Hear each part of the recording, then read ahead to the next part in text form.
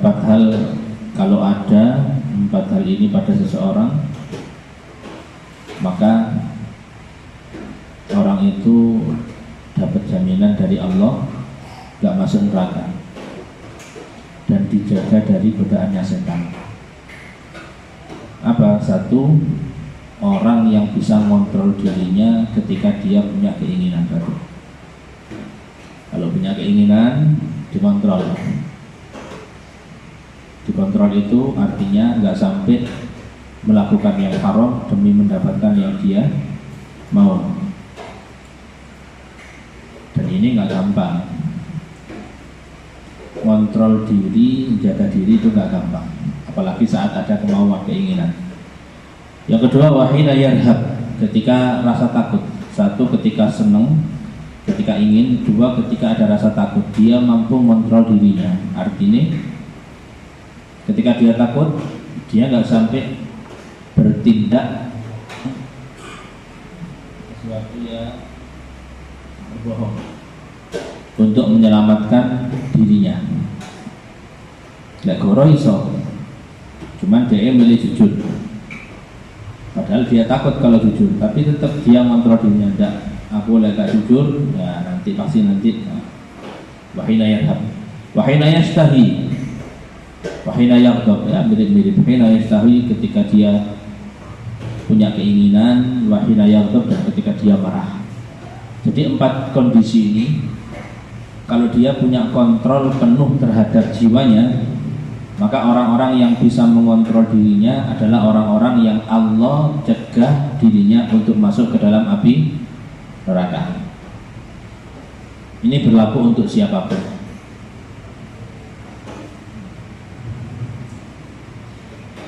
Sebagai contoh, orang-orang yang kemudian berbohong dari kalangan penjual pedagang demi melariskan barang dagangannya. Ini yang sering terjadi. Kulaanku sakmene, iki barang gak ono tunggale, iki hasil dia loss syariat. Kenapa? Karena dia ingin mendapatkan sesuatu yang lebih, yaitu keuntungan. Atau mungkin saudara-saudara kita yang ada di pejabat, dia nggak mampu untuk mengontrol janji-janjinya. Contohnya kan kayak gitu. Jadi janjinya A, janjinya B, janjinya C, malah kena pesan, nggak bisa kontrol. Jadi sejatinya ketokannya kayak gampang kontrol diri, tapi setelah dipikir, dipraktekkan, barulah dia mengalami kesulitan karena yang dilawan itu adalah hawa nafsu. Ketika Rasulullah pulang dari perang Badar. Perang Badar itu kan perang yang pertama kali dalam sejarah agama Islam. Dalam satu riwayat sampai-sampai Nabi Muhammad ibtihal lama memohon Rasulullah nggak keluar.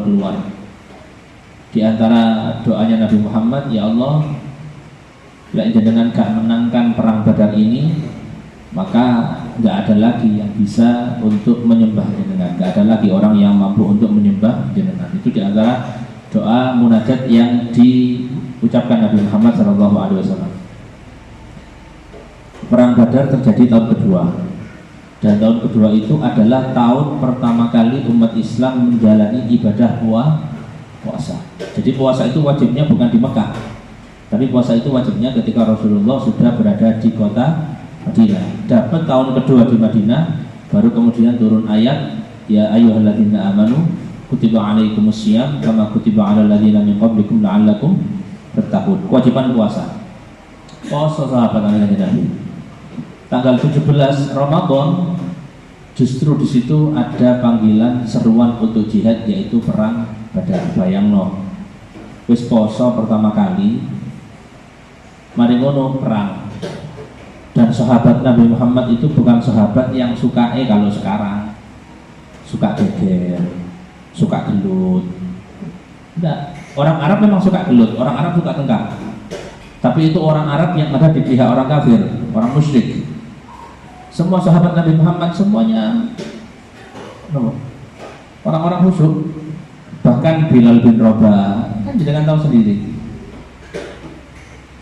Orang-orang yang ikhlas, orang-orang yang nggak punya kekuatan, bahkan termasuk mukjizat yang sudah Allah sunnahkan. Ketika orang-orang itu hijrah ke Ethiopia, ke Habasyah, Ethiopia kalau sekarang, hijrah ke Habasyah itu sebanyak 2 kali sahabat. Itu diantaranya ada Amr bin As yang menjadi kayak ngelobi kok delegasinya gitu.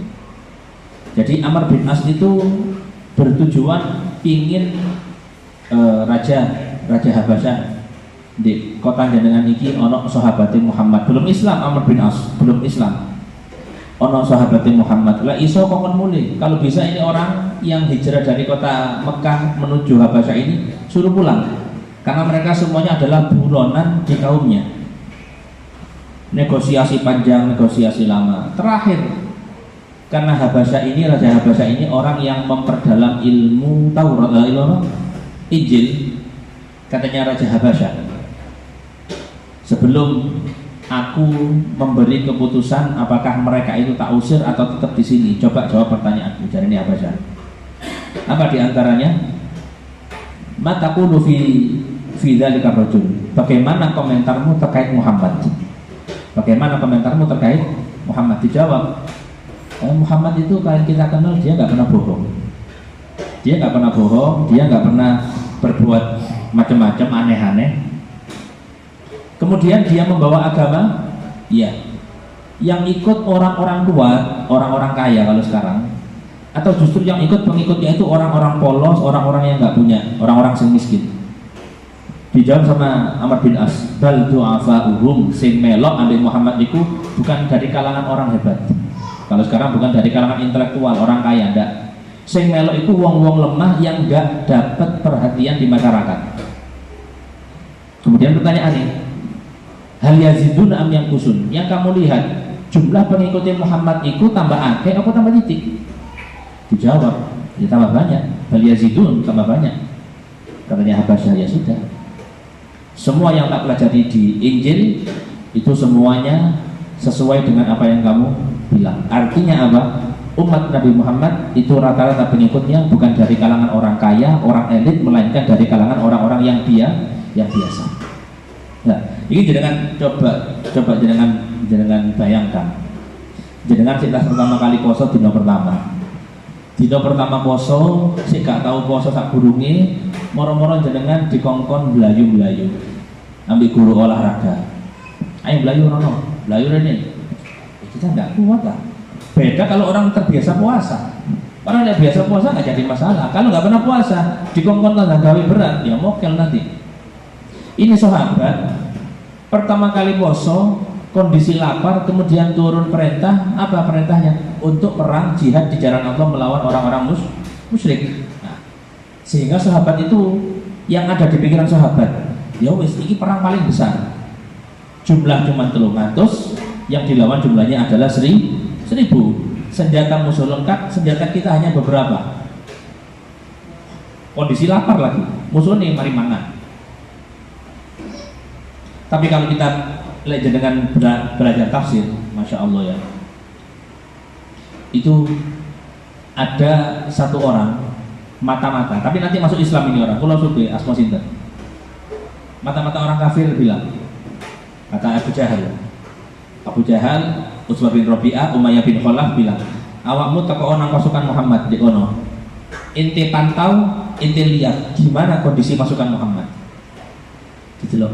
Teko atuh didelok. Dihitung. Kaya jenengan nek kate ngitung jamaah tahlil itu. Kan didelok. Kanona, ya kan? Jadi itu yang itu dari kejauhan dihitung.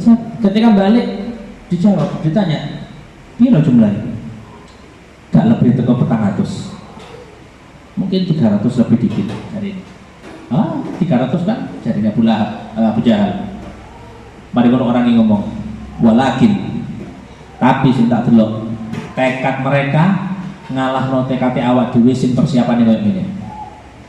Itu sampai bisa disimpulkan belum perang, tapi mereka langsung komentar, Tapi saya tak delok masih jumlahnya 300. Mereka kayak yakin bakal menang lebih dari kita. Kerungu ucapan kayak ngono, Umayyah bin Khalaf ini langsung minder. Perang enggak ya? Perang enggak ya? Masalahnya mereka ini sebenarnya nggak mau perang, terpaksa aja perang. Mereka kan lebih suka harta, lebih suka wanita, lebih suka enak-enakan. Tapi karena gengsi, mosok perang lawan Muhammad ketika dilawan, nah, ya kan? Akhirnya ketika mereka mundur, disitulah iblis tajalla. Iblis itu nyamar dari iblis maju. Wis tutuk kene katanya mundur. Oh, diprovokasi sama iblis. Iblis itu orang di pasukan orang kafir. Ketika akan mundur kemudian diprovokasi, akhirnya mereka semuanya tekadnya kuat untuk perang. Subhanallah. Walaqad nasarukumullah bi Badri wa antum adillah. Ketika pasukan Islam dan pasukan orang kafir tadi itu berhadapan-hadapan, iblisnya malah dirungsai, langsung ngomong, aku mulai. Iblis sing aslinya wingi provokasi, sekarang dia ngomong, aku mulai. Iki wong-wong sing kate malah perang bingung. Loh, kon iki wingi opo sih? Ini iya katanya perang, saya malah mulai. Jadi iblis, oh kok gak ngerti, mati. Kenapa kok iblis ngomong kayak gitu?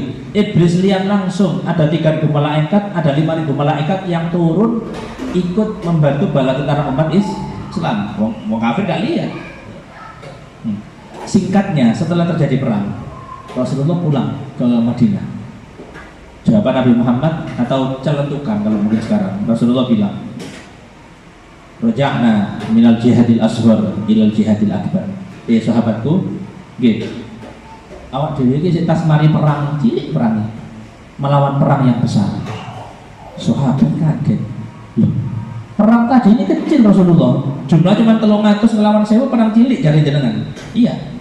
Terus perang mana yang lebih besar? Dijawab sama Nabi Muhammad SAW, jihadun nafas, perang melawan hawa nafsu. Padahal perang yang dahsyat dalam kondisi lapar, tapi masih kategori kecil di hadapan Nabi Muhammad dibanding perang melawan hawa nafsu. Ya kayak kulan jenengan sekarang ini, jenengan bisa kaji, itu kan perang gitu kan? Gak mungkin jenengan gak perang. Perang dengan apa? Dengan nafsunya. Pinginnya kan rebahan, buka YouTube, ya kan? Chattingan, iya Mas Ed, rokokan bakso Ed, ngobrol ngopi selonjoran, pinginnya kayak gitu. Cuman emang rek soalnya cak kacang gue wedang saiki. Nah, belani, langsung tadi, itu kasih marah terus ngomong lupa karuannya.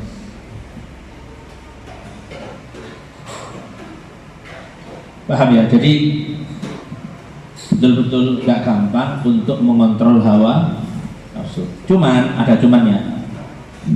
Di Burdah itu sudah dibilang, wan nafsu katifli intuhmil husyabda'ala kubirrodha'i wa intaftimu yang hatimi. Nafsu itu dia punya karakter, semakin dia dilulu, dituruti nafsunya, maka nafsu itu akan mendarah daging. Tapi ketika nafsu itu dibatasi, dikekang nafsunya, suatu saat nafsu itu akan terbiasa untuk menghadapi situasi apapun.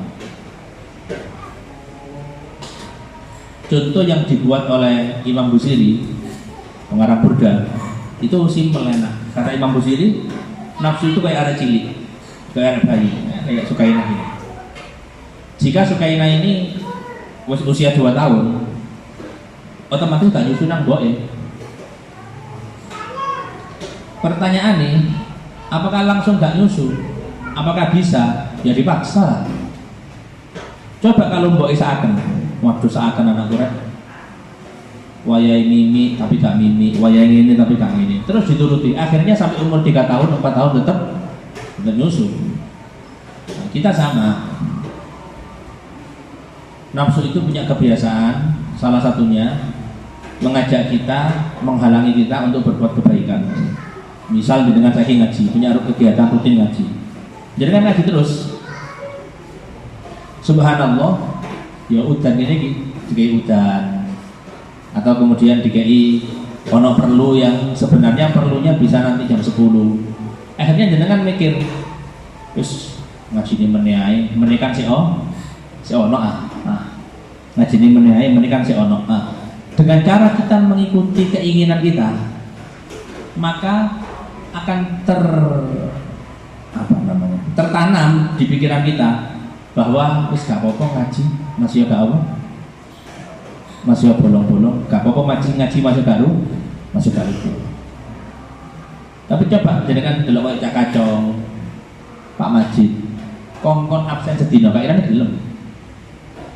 Kenapa? Ya sudah wis jadi kebiasaannya. Kok enak ngono kita ada. Malah apa hal mulai bal? Hah? Sakit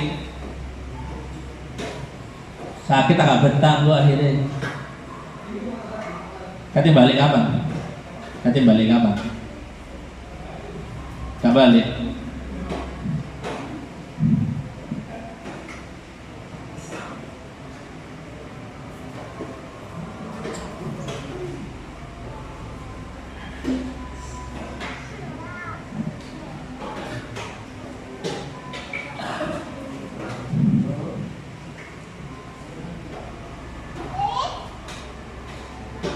Kemudian kata Nabi Muhammad Shallallahu Alaihi Wasallam, ada 4 hal yang kalau orang dikasih 4 hal ini, kata Nabi Muhammad, berarti dia dikasih kebaikan di dunia sampai di akhirat. 4 hal ini kalau dia dikasih, berarti dia dikasih kebaikan di dunia sampai akhirat. Nomor 1, lisanun dzakir. Dia punya lisan, punya mulut, gak pernah berhenti untuk zikir kepada Allah Subhanahu wa Ta'ala.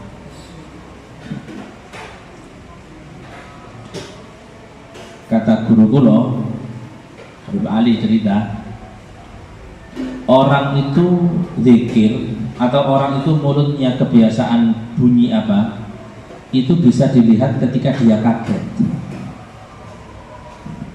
Paham?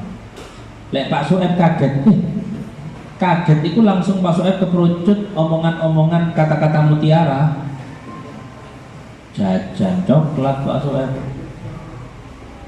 dari gunung nama-nama hewan, kuda dan lain sebagainya. Maka ya itu adalah satu gambaran kebiasaan yang ngomong seperti itu. Tapi kalau seandainya orangnya setiap hari itu sering zikir, lek dia kaget, dia mesti langsung astagfirullah, innalillah, mesti gitu. Gak mungkin, nggak mungkin, mustahil. Wong saya punya saudara punya kebiasaan dia terus ngaji Quran. Dia ngaji Quran, saking seringnya ngaji, maka dia ngigaunya turu. Dia elak ngelilir itu ngaji. Ngelilir ngaji, lek kalau jangan lah ndak. Ya. Kayak wong berantem, kayak wong ditagih utang, kayak wong. Kenapa? Ya semuanya karena kebiasaan dia. Paham Pak? Jadi intinya kula jenengan ini harus membiasakan lisan itu zikir kepada Allah Subhanahu wa Ta'ala. Nabi Muhammad itu ditanya sama sahabat, kata Nabi, wiritan apa yang harus saya tekuni, harus saya pegang sampai saya meninggal dunia? Kata Nabi Muhammad, in istata'ta an yakuna lisanuka radban bi dzikrillah. Iso, kata Nabi Muhammad, setiap hari, setiap saat kamu punya mulut itu selalu basah karena zikir mengingat kepada Allah Subhanahu wa Ta'ala. Contoh kecil, Habib Ja'far bin Syekhan Asgaf. Habib Ja'far itu kan sampai dijuluki Al-Quran berjalan. Kenapa? Ya karena kemana-mana setiap beliau jalan, beliau duduk, yang terucap dari lisannya adalah zikir Quran, sehingga julukannya Al-Quran berjalan. Lek kula jenengan dijuluki apa kira-kira jiji? Ngerasani sering, ngilokno sering, bully sering.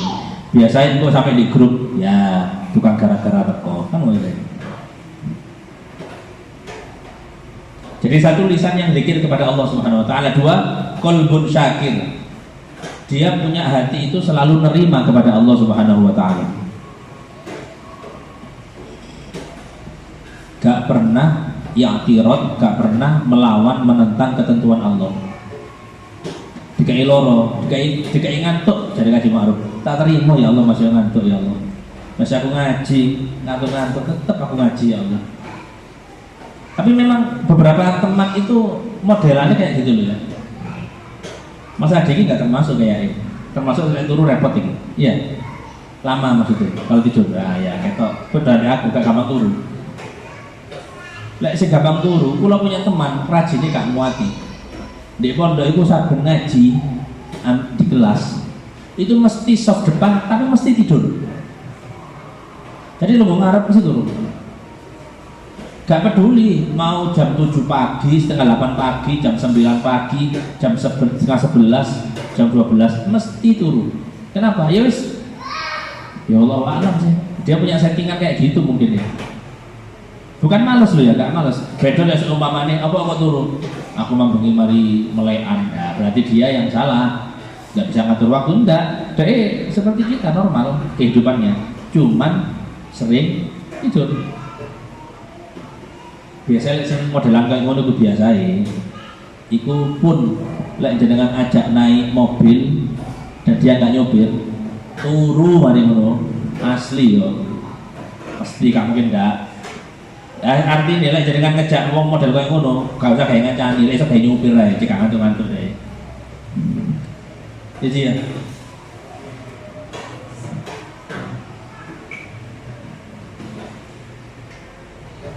Apa yang jangan susu ya?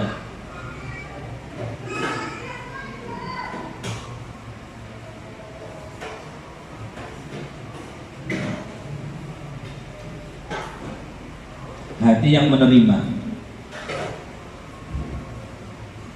Jenengan nerima enggak dengan keadaan jenengan sekarang? Hah? Nerima sih. JJ ki nikah bala-bala diundur dari JJ. Diundur mana? Ya kan responnya intinya gini, kata guru kula di Segap Baharu. Kita belajar itu adalah untuk supaya respon kita dengan situasi yang Allah kasih itu nggak salah. Bila kita dapat nikmat dari Allah, respon kita positif. Alhamdulillah, disyukuri, dinikmati. Kalaupun kita dapat musibah dari Allah, respon kita pun juga positif.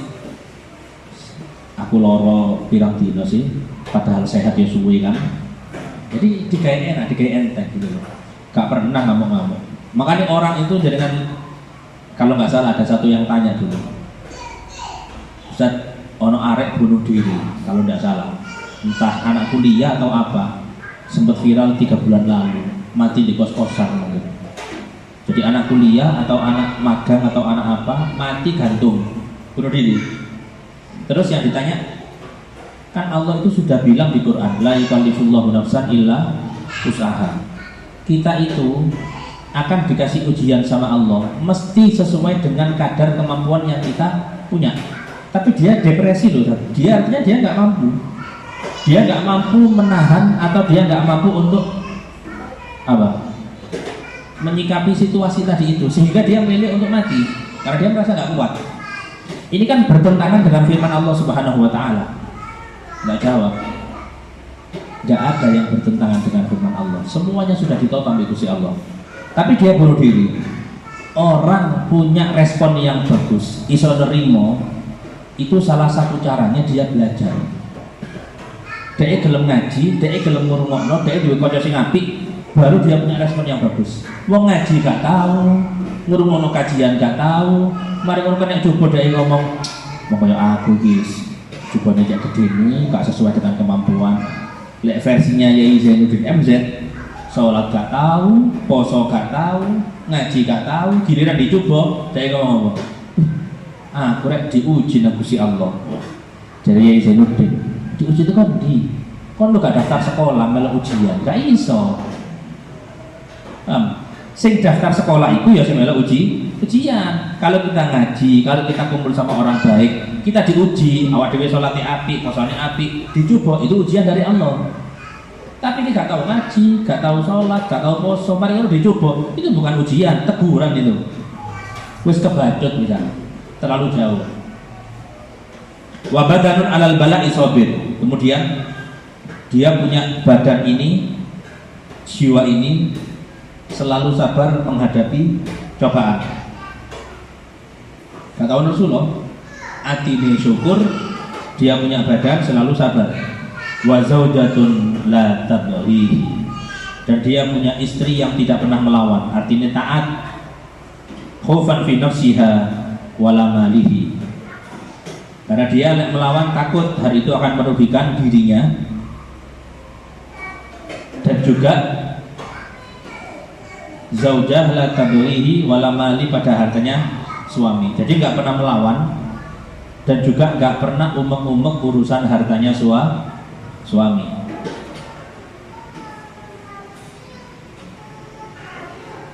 Ada pertanyaan?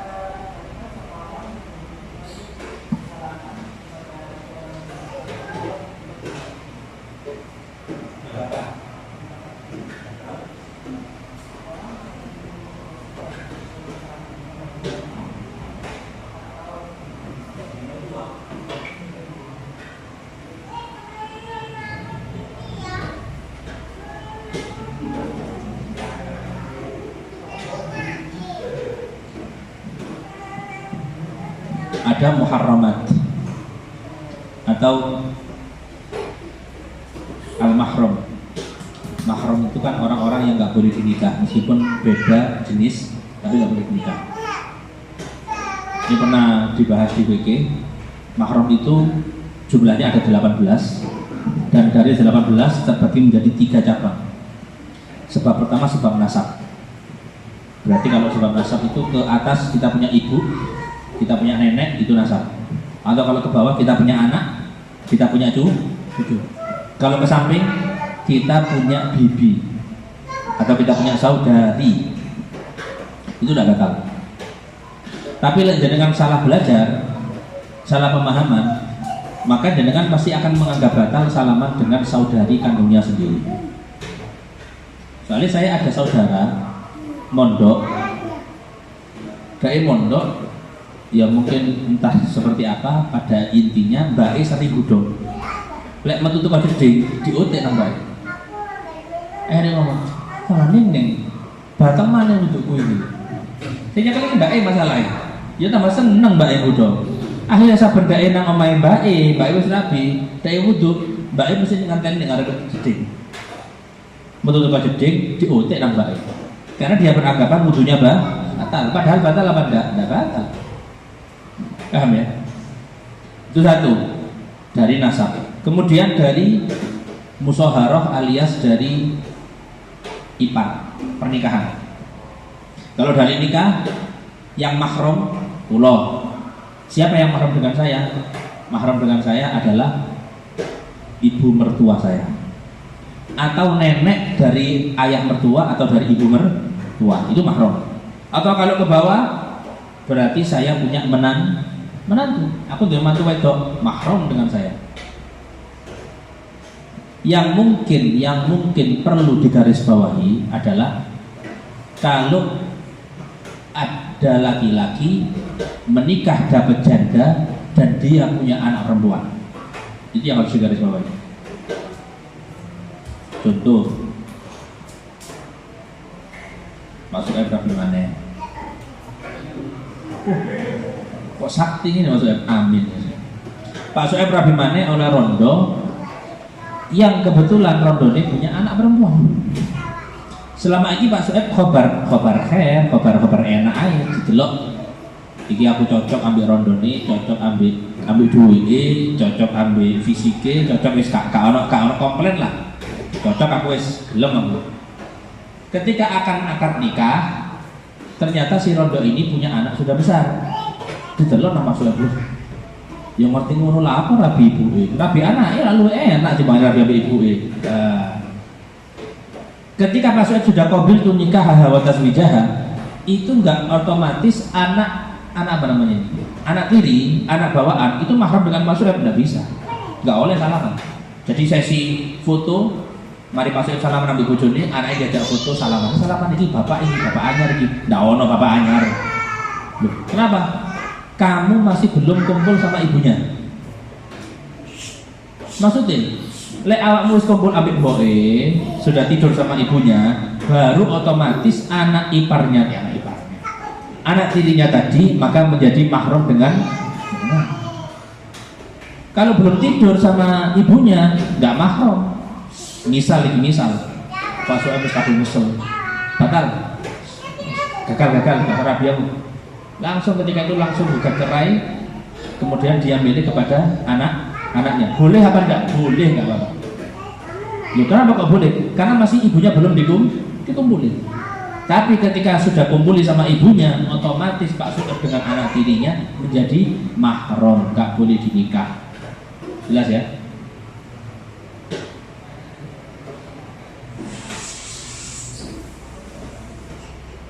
Mahram karena jadi mertua otomatis.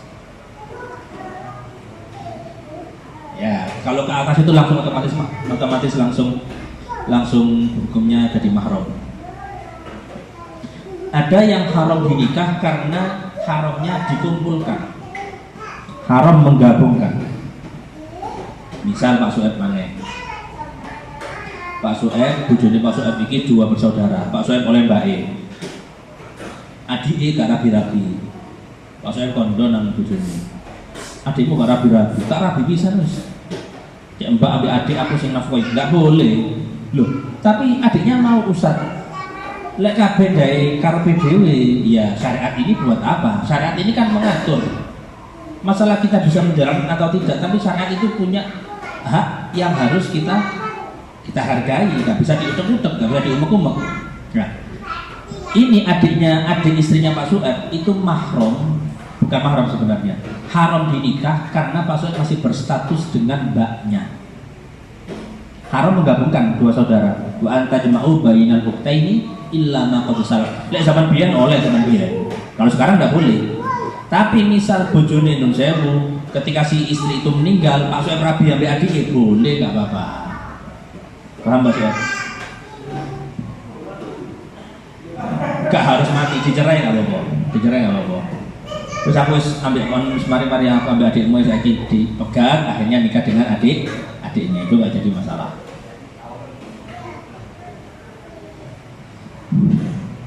Paham ya? Itu musyawarah, itu sebab pernikahan. Dan yang ketiga, mahram sebab rodok, sebab saudara zaman sekarang sudah tidak ada. Lamun ada, sebabnya mesti gara-gara apa? Dititip no. Sebabnya no. Misal cincin dia anak, yang mari rapi sih ya. Mari kono anak cincin ambil anak enanda, kan misanan kan nggak mahram ah. Iya kan, nggak mahram misalnya. Tapi bisa jadi mahram dengan cara apa? Anak JJ disusuk nonang bojone, ada mahram akhirnya. Meskipun itu statusnya misanan, tapi seperti saudara kan. Nah, ini yang penting juga. Anak bawaan suami dan anak bawaan istri itu tidak mahram. Koyok anaknya jadi korbuser, ambil bojone. Yeah. Itu kan jadi korbuser gue anak.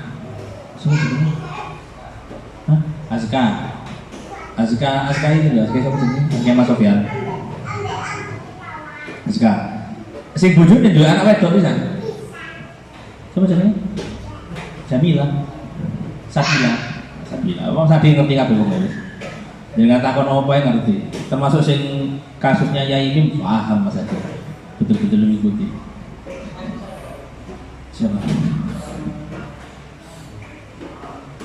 Yai Mimin.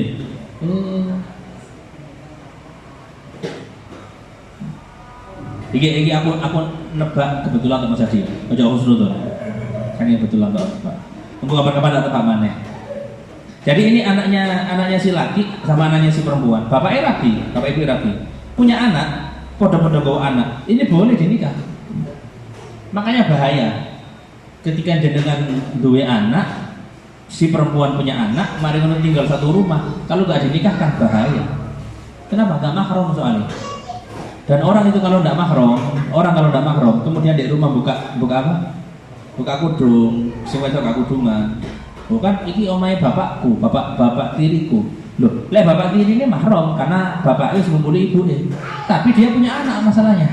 Nah, sehingga harus diperhatikan yang tidak mahram atau siapapun yang menampakkan auratnya di dalam rumah menjadi sebab Allah mencabut keberkahan di dalam rumah. Kalau barokah ya. Paham betul? Terakhir saking kula, ada satu hadis Nabi menyatakan inna dina yusrun. Agama itu gampang kok. Ini hadis kalau cuma diambil sepenggal saja, maka akan bertentangan dengan yang kita pelajari saat ini. Kita melihat agama ini ribet, ruwet. Ini gak oleh, ngono gak oleh, ini ngono syaratnya, ini kuduan. Dari mana mudahnya? Agama itu tidak mudah, agama itu repot, kan gitu. Nah, itulah kalau kita belajar separuh-separuh. Kata Nabi Muhammad, agama itu mudah. Supaya apa? Kita bersyukur kita punya syariat di bawah Nabi Muhammad, bukan di bawah umat zaman dulu. Umat zaman dulu, agama itu ruwet. Jadi kan betul ini bolong-bolong kabel ya. Kenapa? Karena kena najis bolong-bolong kabel. Nggak boleh dicuci, nggak bisa, digunting. Bayangkan, baju itu digunting, sarung digunting, kopiah digunting. Ya sing dodolan kopi ambil sarung kan menang aja nih. Kenapa? Ya tadi syariat itu berat. Kemudian kalau jenengan sekarang maksiat, waliyadzubillah, kalau maksiat, ya sudah, selagi kita nggak menampakkan kemaksiatan kita, ya selesai sudah, nggak ada yang tahu. Tapi kalau zaman dulu nggak ada, maksiat disembunyikan itu nggak ada, ditampakkan sama Allah. Moro-moro di pintu omai cici membengi mari A B C D. Padahal cici nggak memviralkan. Kenapa? Karena cici hidup dengan syariat zaman dulu langsung ditampakkan sama Allah. Dan kafarahnya, bentuk ampunannya itu bukan dengan cara taubat. Zaman dulu, zaman Nabi Musa, dengan cara membunuh. Nah, dari situ kita belajar, baru kita bersyukur, ya Allah, ternyata syariat yang dibawa Nabi Muhammad ini syariat rahmat. Kayak awak dewi enak aja nih. Gitu. Makanya selagi hawa nafsu tadi ya, selagi kita punya nafsu itu nggak bisa diatur, kita hanya melihat agama itu sebagai pengekang kita yang menghalangi kemauan kita. Tapi ketika kita betul-betul bisa mengontrol hawa nafsu, kita melihat, oh ya Allah, semakin mulia orang, maka tanda-tandanya dia bisa mengontrol hawa nafsu.